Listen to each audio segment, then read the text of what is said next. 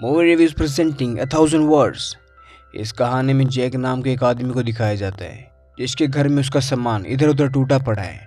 और फिर हमें जैक को दिखाया जाता है जो कि एक पेड़ की तरफ फेस करके खड़ा होता है। जब वो अपना फेस पलटता है तो हमें दिखाया जाता है कि उसके मुंह पर टेप लगी हुई है। और इसी के साथ ये कहानी फ्लैशबैक में चली जाती है जिसमें बताते हैं कि जैक एक बहुत बड़ी कंपनी का एजेंट था। वो किसी को भी बहुत जल्दी कन्विंस कर सकता था। ये हम कह सकते हैं कि वो किसी भी डील को अपने हाथों से निकलने नहीं देता था, इसलिए वो अपने आप को बहुत स्मार्ट समझता था। जैक मैरिड होता है और उसका एक बच्चा भी होता है। एक दिन जैक जब ऑफिस जाता है तो वो पहले कॉफ़ी लेने जाता है, लेकिन वो देखता है कि वहाँ पर बहुत ज़्यादा भीड़ है। इसलिए वो अपनी होशियारी दिखाकर वहाँ उस भीड़ से सबसे पहले कॉफ़ी ले लेता है, और वो भी फ्री में।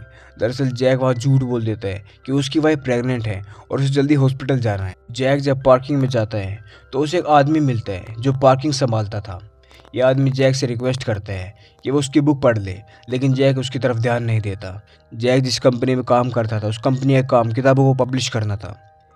अब इस कहानी में एरिन नाम की एक लड़की को दिखाया जाता है जो कि जैक के ऑफिस में काम करता है, जो उसका असिस्टेंट है। वो भी जैक की तरह बहुत बड़ा एजेंट बनना चाहता है, इसलिए जैक जो भी कहता है वो उसकी हर बात मानता है। एक तरह से वो उसकी चापलूसी करता है। अब जैक को एक मीटिंग करते हुए दिखाया जाता है। इस मीटिंग में जैक की बॉस भी होती है। जैक इस मीटिंग में बताता है कि डॉक्टर संजय ये आज के समय में बहुत फेमस है। ये आदमी सभी को ज्ञान देते हैं, लेकिन हमें इससे कोई फ़र्क नहीं पड़ता। हमें बस इसके ज़रिए पैसे कमाने हैं। जैक कहता है कि क्यों ना उसकी बुक हम अपनी कंपनी से पब्लिश करें। इस पर जैक की बॉस कहती है कि डॉक्टर संजय को कन्विंस करना इतना आसान नहीं होगा। इस पर जैक कहता है कि आप चिंता ना करें, ऐसा कोई भी आदमी नहीं है जिसे जैक कन्विंस नहीं कर सकता। अब जैक डॉक्टर संजय को कन्विंस करने के लिए पहुंच जाता है। डॉक्टर सभी को ज्ञान की बातें बता रहा था, लेकिन जैक को इन बातों से कोई मतलब नहीं था। वो डॉक्टर से अकेले ही मिलना चाहता था, इसलिए वो थोड़ी सी एक्टिंग करता है ताकि वो डॉक्टर संजय से अकेले मिल सके। और वो इस काम में सफल भी हो जाता है। और अब जैक संजय से मिलकर उसे बहुत सारी बातें बताता है कि वो उसकी बुक पब्लिश करना चाहता है। वो संजय को कहता है कि वो चाहते हैं कि उसकी बुक से सबका फ़ायदा हो। वो ये भी झूठ बोलते हैं कि उसने उसकी बुक को पढ़ा है। वो कहता है कि इस बुक में बहुत नॉलेज है। इसी दौरान जैक गलती से एक पेड़ पर हाथ रख देता है और उसे कांटा चुभ जाता है और उसे खून भी आ जाता है, और थोड़ा खून पेड़ पर भी लग जाता है। जैक को पहले तो दर्द होता है, लेकिन बाद में वो खुश हो जाता है क्योंकि डॉक्टर संजय ने उसका प्रपोजल एक्सेप्ट कर लिया था। यानी कि जैक ने उसे कन्विंस कर लिया था। लेकिन डॉक्टर संजय जैक को कहता है कि मेरी एक शर्त है। वो चाहता है कि किताब में कोई भी चेंज नहीं होगा। ये बात जैक मान लेता है और जैक अब बहुत ज़्यादा खुश हो जाता है। वो अब अपनी माँ के पास आता है क्योंकि आज उसकी मोम का बर्थडे होता है। जैक की माँ जैक को अपना हस्बैंड समझती है। जैक अपनी मोम को समझाता है, लेकिन उसकी मोम को जैक हमेशा अपना हस्बैंड नजर आता है। जैक को अपने पापा बिल्कुल पसंद नहीं थे, हालांकि वो इस दुनिया में नहीं थे।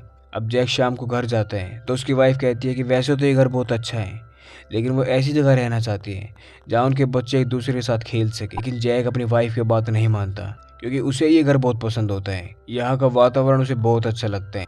इसी बात पर जैक की वाइफ जैक से नाराज हो जाती है और तभी वहाँ पर छोटा मोटा भूकंप आ जाता है। इस भूकंप के बाद जैक देखता है कि जैक की गार्डन में अचानक से एक पेड़ आ गया है। पहले तो जैक को लगता है कि ये पेड़ उसके माली ने लगाया है, लेकिन जब वो उसे पूछता है तो उसका माली मना कर देता है।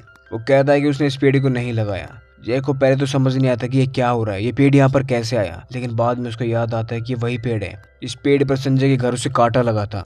अगले दिन जब जैक ऑफिस जाते हैं तो एरन उसे संजय की बुक दिखाते हैं जो कि साइज में बहुत छोटी होती है, सिर्फ 5 पेज की होती है। ये कह सकते हैं वो तो सिर्फ एक डायरी होती है। इसे देखकर जैक का दिमाग खराब हो जाता है और गुस्से में वो सीधा संजय के पास जाता है और उसे कहता है कि तुम्हारी बुक तो सिर्फ 5 पेज की है, तुमने तो मुझे पागल बनाया है। इस पर संजय कहता है तुमने तो कहा था कि तुमने मेरी बुक को पढ़ा हुआ है, तो फिर तुम्हें मालूम ही होगा कि वो कितनी बड़ी है। अब जैक संजय को कहता है कि उसने उसके घर में वो पेड़ क्यों भेजा है, तो संजय कहता है कौन सा पेड़, मैंने कोई पेड़ नहीं भेजा। और जब संजय ये सब बातें बोल रहा था तो वो नोटिस करते हैं कि पेड़ की पत्तियां टूटकर गिर रही थी। वह यह बात जैक को समझाने की कोशिश करता है, लेकिन जैक संजय की बात नहीं सुन रहा होता। तो संजय कहते हैं अगर तुम्हें यकीन नहीं है तो खुद ही देख लो। और फिर जैसे ही जैक कोई भी शब्द बोलता था उस पेड़ की पत्ती नीचे गिर जाती थी। जैक जितनी शब्द बोलता था उतनी ही पत्ती नीचे गिर जाती थी। जैक कहता तो क्या हुआ। इस पर संजय कहता है कि ये पेड़ तुमसे जुड़ चुका है। संजय उसे कहता है जैसे इस पेड़ की पत्तियां सारी टूट कर गिर जाएंगी तो ये पेड़ भी मर जाएगा। जैक को ये बातें सुनकर उसे बहुत गुस्सा आता है। वो कहता है मैं इस पेड़ को अभी खत्म कर देता हूँ। जैक एक कुल्हाड़ी लेकर उस पेड़ पर मारता है और उसी वक्त जितना दर्द पेड़ को होता है वही दर्द जैक को ही महसूस होता है। साथ ही उसकी बॉडी पर कुल्हाड़ी लगने का निशान भी आ जाते हैं। इसलिए जैक संजय को कहता है कि मुझे बचा लो। इस पर संजय कहता है उसे इसके बारे में नहीं पता, लेकिन फिर भी वो बोलता है कि वह कोशिश करेगा कि वो इसका हल निकाल सके। वो उससे कहता है कि वो 3 दिन के लिए बोलीविया जा रहा है, वहाँ से आने के बाद इस समस्या का समाधान बताएगा। ये सुनकर जैक बहुत परेशान हो जाता है। इस पर संजय कहता है कि तुम चिंता मत करो, बस तुम 3 दिन के लिए चुप हो जाओ। अगले दिन सुबह उठकर जब जैक ऑफिस जाता है तो अपनी वाइफ को बोलकर तो नहीं बता सकता था, इसलिए अपने दिमाग का यूज़ करके एक मैसेज अपनी वाइफ को देने की सोचता है। लेकिन लिख कर भी अपनी बात जब वो किसी को बताता है तो भी उस पेड़ का पत्ता नीचे गिर जाता है। ये देखकर जैक को बहुत गुस्सा आता है। अब जैक ऑफिस जाता है तो वहाँ भी उसे ना बोलने की वजह से उसे बहुत परेशानी होती है। जैक की ऑफिस में एक मीटिंग भी होती है, इसलिए वो एरन को अपने साथ ले जाता है ताकि उसकी जगह वो बोल सके। जब मीटिंग शुरू होती है तो एरन इस मीटिंग को अच्छे से हैंडल नहीं कर पाता, जिस वजह से क्लाइंट नाराज़ होकर वहाँ से चले जाते हैं। जैक को बहुत गुस्सा आता है। शाम को जब वो घर आता है तो जैक की वाइफ भी उसे बहुत गुस्सा थी, क्योंकि वो कुछ भी नहीं बोल रहा था। जैक अब परेशान होकर संजय के पास कॉल करता है, ये पूछने के लिए कि उसने कोई तरीका निकाला या नहीं।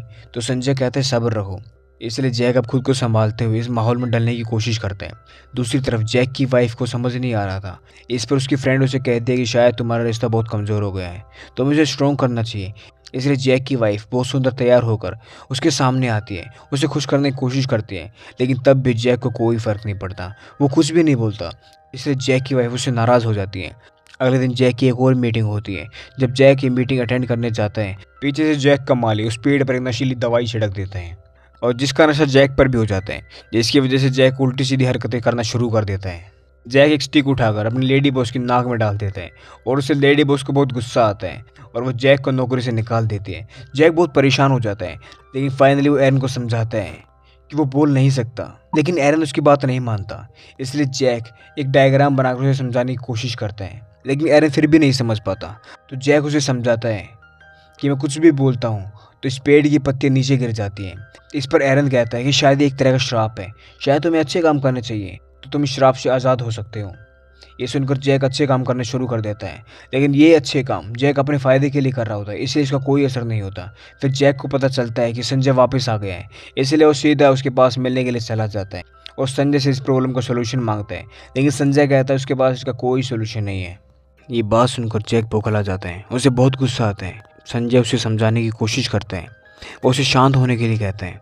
जैक अब बहुत परेशान हो गया था, इसलिए वो बहुत ज़्यादा शराब पी लेता है और जब अपने घर जाता है तो एरन भी वहीं होता है और जैक गुस्से में बहुत सारे वर्ड्स बोल देता है। एरन उसे रोकने की कोशिश करता है, लेकिन जैक फिर भी नहीं मानता। इसलिए ना चाहते हुए भी एरन एक घूसा उसे मारकर उसे बेहोश कर देता है और जैक के मुंह पर टेप लगा देता है। अगली सुबह जब जैक को होश आता है तो उस पेड़ के पास खड़ा होता है और उस पेड़ को देखता है और वो समझ जाता है कि वो पेड़ उससे जुड़ा हुआ है, उसे उस पेड़ की केयर करनी चाहिए। और फाइनली अब जैक उस किताब को पढ़ता है। इस बुक को पढ़कर जैक को समझ आ जाता है कि लाइफ में ज़्यादा टेंशन नहीं लेनी चाहिए, जो होता है उसे होने दो। इसलिए जैक अब अपनी वाइफ के पास जाता है और वो उसे कहता है कि उसे बहुत प्यार करते हैं, वो हमेशा उसे प्यार करेगा और अपने बच्चे की केयर करेगा। फिर जैक उसी कॉफ़ी शॉप में जाता है और उस कॉफ़ी वाले बॉय को एक गिफ्ट भी देता है और उस पार्किंग वाले लड़के की बुक भी पढ़ता है और उसकी बुक को पब्लिश करने के लिए भी कहते हैं। साथ ही उसे 1 लाख रुपए का चेक भी देते हैं। अब वो अपनी माँ के पास जाते हैं और उसके बाद अपने पिता की कब्र के पास जाता है। जाकर उन्हें कहता है कि उसने उन्हें माफ़ कर दिया और तभी पेड़ की सारी पत्तियाँ नीचे गिर जाती हैं। जैक को एक झटका लगता है और वहीं नीचे गिर जाते हैं, लेकिन तभी अचानक ज़ोरदार बारिश होती है और पेड़ हरा भरा हो जाते हैं और जैक के पास एरन का कॉल आता है। जैक कहता है कि तुम जितना चाहो उतना बोल सकते हो, क्योंकि पेड़ अब हरा भरा हो चुका है। ये सुनकर जैक बहुत खुश होता है और उसके बाद जैक अपनी एक बुक भी लिखता है और जिसका नाम वो रखता है 1000 वर्ड्स। जैक इन सब के लिए, अपनी लाइफ में हुए बदलाव के लिए संजय को धन्यवाद करते हैं। इसके बाद जैक अपनी वाइफ के साथ एक ऐसे घर में रहने के लिए चला जाता है जिस घर में उसकी वाइफ हमेशा रहना चाहती थी। और इसी के साथ ये कहानी यही ख़त्म हो जाती है। इस कहानी से हमें सिखाया जाता है कि हमें ज़िंदगी में कभी भी बहुत ज़्यादा स्ट्रेस नहीं लेना चाहिए, क्योंकि होता वही है जो होना होता है। उम्मीद करते हैं आपको ये कहानी पसंद आई होगी। अगर आपको ये कहानी पसंद आई तो चैनल को सब्सक्राइब करना ना भूलें। मिलते हैं अगली वीडियो में।